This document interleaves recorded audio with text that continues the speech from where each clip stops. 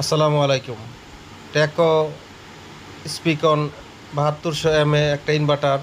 এই ইনভার্টারটা আজকে রিপেয়ার করব। ইনভার্টারের সমস্যা হলো এটা রান দিলেই ওভার কারেন্ট আসে। তো দেখেন মডেল নাম্বার। এই ইনভার্টারটা এখন চালু করব।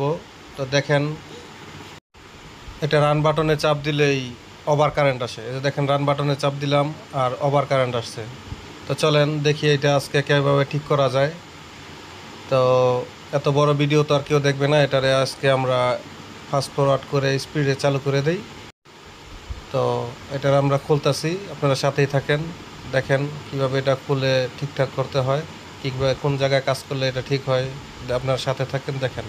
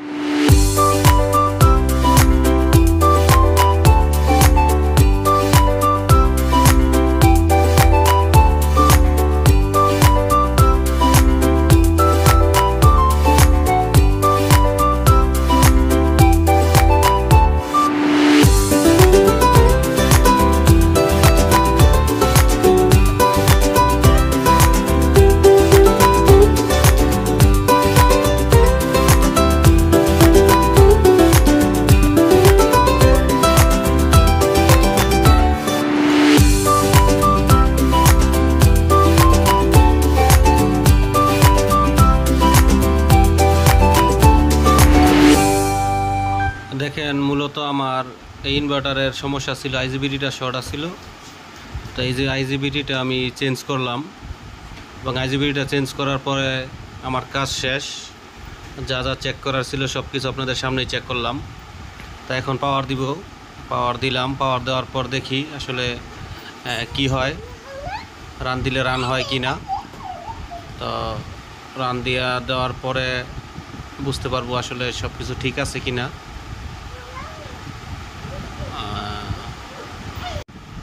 রান দেওয়ার আগে আরেকটা জিনিস আমি করে নেই, আমি আউটপুটে ভোল্ট মিটার লাগাই নাই, ভোল্টেজটা চেক করবো, এই জন্য ভোল্ট মিটার লাগাই নিলাম।